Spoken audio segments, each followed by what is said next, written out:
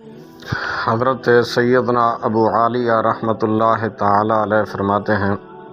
میں نے ایک شخص کی طرف سفر کیا جو چند دن کی مسافت پر رہتا تھا تاکہ اس سے کوئی دین کی بات سنوں۔ لہذا میں نے سب سے پہلی چیز جو اس سے فوت ہوتی ہوئی پائی وہ اس کی نماز تھی، مگر میں اسے نماز کا پابند پاتا تو اس کے پاس ٹھہرتا اور علم حاصل کرتا، لیکن جب میں نے اسے نماز ضائع کرتے ہوئے پایا تو لوٹ آیا اور اس سے علم حاصل نہ کیا، اور دل میں کہا کہ یہ نماز کے علاوہ دیگر امور دینیہ کو تو بدرجہ اولا ضائع کرتا ہوگا۔ حضرت سیدنا وکیع علیہ رحمۃ اللہ البدیع فرماتے ہیں کہ حضرت سیدنا ابن عون رحمۃ اللہ علیہ سے لگاؤ کی وجہ سے اکثر میں انہیں خواب میں دیکھا کرتا تھا، جبکہ طلب علم کے لیے میں حضرت سیدنا امام اعمش رحمۃ اللہ تعالی علیہ کی بارگاہ میں حاضری دیا کرتا تھا۔ جب حضرت سیدنا امام اعمش رحمۃ اللہ علیہ کا وصال ہوا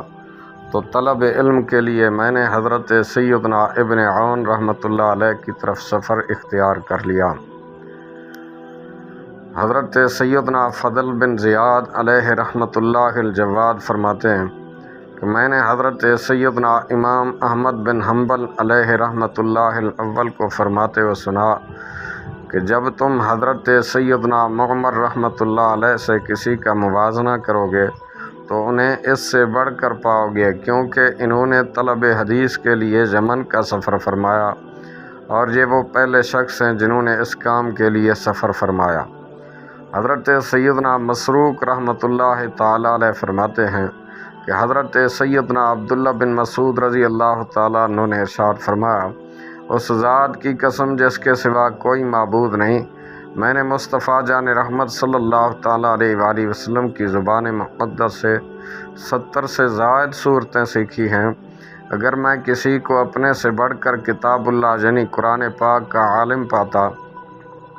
اور اونٹ مجھے اس تک پہنچا دیتا تو میں ضرور اس کے پاس جاتا۔ حضرت سیدنا مسروق رحمۃ اللہ علیہ بیان کرتے ہیں کہ حضرت سیدنا عبداللہ بن مسعود رضی اللہ تعالیٰ عنہ نے ارشاد فرمایا، مجھے قرآن پاک کی ہر آیت کا شان نزول معلوم ہے۔ حضرت سیدنا امام شعبی رحمۃ اللہ تعالیٰ علیہ فرماتے ہیں، اگر کوئی شخص ملک شام کے ایک کونے سے ملک یمن کے دوسرے کونے تک سفر کر کے ایک ایسا کلمہ یاد کرے جو اسے آئندہ زندگی میں فائدہ دے تو میرے نزدیک اس کا سفر ضائع نہیں ہوا۔ حضرت سیدنا ابو فضل عباس بن محمد خراسانی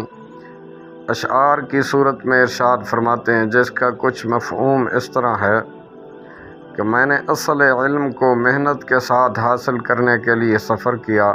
اور دنیا میں مرد کی زیب و زینت احادیث مبارکہ ہیں۔ علم فقط تجربہ کار شخص ہی حاصل کرتا ہے، جبکہ اس سے بغض و عداوت صرف مخنث ہی رکھتا ہے۔ تم مال و دولت کے سبب ہرگز تعجب میں نہ پڑنا، ان قریب تم اسے چھوڑ دو گے، کیونکہ یہ دنیا تو صرف مال وراثت ہی ہے۔